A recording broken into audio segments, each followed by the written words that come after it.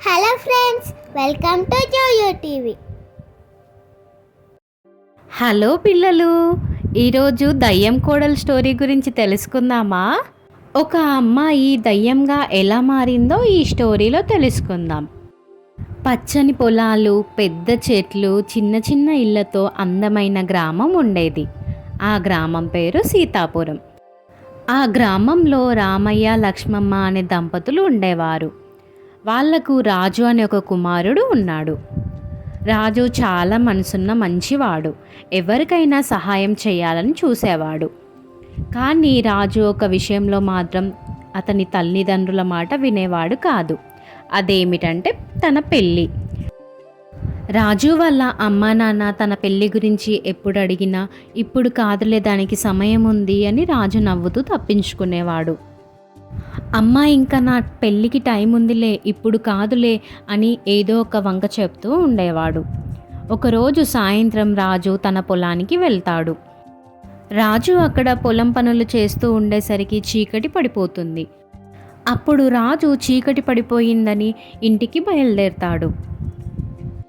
రాజు ఇంటికి వెళ్ళే దారిలో ఒక పెద్ద మర్రి చెట్టు ఉంటుంది. అక్కడ ఒక అమ్మాయి ఏడుస్తూ కనిపిస్తుంది. అప్పుడు రాజు ఆ అమ్మాయిని చూసి, ఎవరు నువ్వు? ఇంత రాత్రి వేళలో ఇక్కడుండి ఎందుకు ఏడుస్తున్నావు? అప్పుడు ఆ అమ్మాయి ఇలా చెప్తుంది, నా పేరు చందన. నాకు ఎవరూ లేరు. ఎక్కడికి వెళ్ళాలో తెలియదు.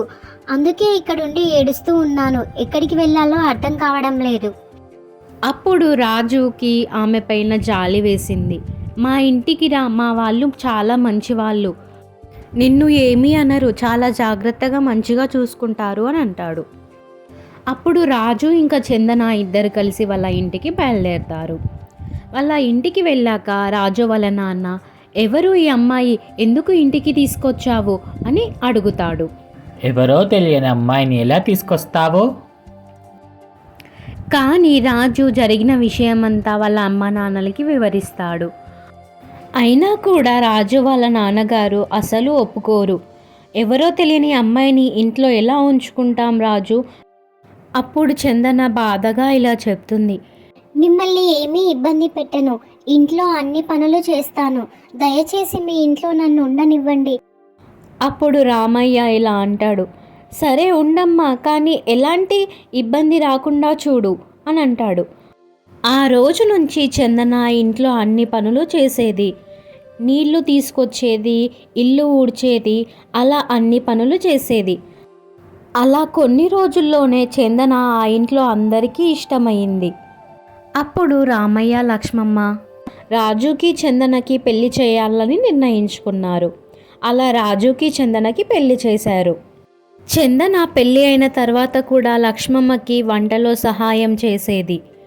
అలా అన్ని పనులు చేస్తూ ఉండేది. ఒకరోజు రాత్రి లక్ష్మమ్మకి అస్సలు నిద్ర పట్టలేదు.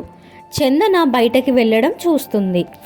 అప్పుడు లక్ష్మమ్మ దాచుకొని చందనాని వెంబడించడం మొదలుపెట్టింది. చందన ఒక చెట్టు దగ్గరికి వెళ్ళి గాల్లో తేలుతూ ఉంది. అప్పుడే ఆమె రూపం కూడా ఒక దయ్యంలాగా మారిపోయింది. అది చూసి లక్ష్మమ్మ చాలా భయపడింది. లక్ష్మమ్మ వణికిపోతూ భయంతో అక్కడి నుండి పరుగులు తీసింది. అలా లక్ష్మమ్మ ఇంటికి వెళ్ళి మరుసటి రోజు ఉదయాన్నే రామయ్యకి జరిగిన విషయమంతా చెబుతుంది. ఇలా చందన గాల్లో ఎగరడం రాత్రి చూశాను అని చెప్తుంది. అప్పుడు రామయ్య ఆశ్చర్యపోతాడు, నిజమా? నువ్వు చెప్పేది నిజమేనా అని అంటాడు. అప్పుడు వాళ్ళిద్దరూ చందనాన్ని పిలిచి అడుగుతారు, నిజం చెప్పు, నువ్వెవరు అసలు? ఎందుకు రాత్రి అలా గాల్లో తేలుతూ దయ్యంలాగా మారిపోయావు అని అడుగుతాడు. అప్పుడు చందన బాధతో కన్నీళ్లు పెట్టుకుంటుంది. ఏడ్వకు చందన, అసలు నువ్వెవరో చెప్పు, ఏమయ్యింది? నువ్వు ఎందుకు అలా దయ్యంలాగా మారుతున్నావో చెప్పమ్మా, మేమేమీ అనము అని అంటాడు.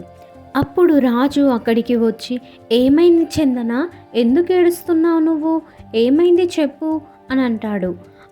లక్ష్మమ్మ జరిగిన విషయమంతా రాజుతో చెప్తుంది. రాజు చాలా ఆశ్చర్యపోతాడు. ఏంటమ్మా, నువ్వు చెప్పేది నిజమా? అలా రాజు ఆశ్చర్యపోతాడు. అప్పుడు చందనాని అడుగుతాడు, చందన, అమ్మ చెప్పేది నిజంగానేనా? నిజమేనా అది? అసలు ఎవరో నువ్వు చెప్పు. అప్పుడు చందన తన జీవితంలో జరిగిన విషయం గురించి చెప్పడం మొదలు పెడుతుంది. అసలు చందన ఎవరు, చందన దయ్యంలాగా ఎందుకు మారుతుందో నెక్స్ట్ పార్ట్లో తెలుసుకుందాం. పిల్లలు, ఈ స్టోరీ మీకు నచ్చిందా? మరిన్ని మంచి మంచి వీడియోస్ కోసం మా జోయో టీవీని సబ్స్క్రైబ్ చేసుకోండి.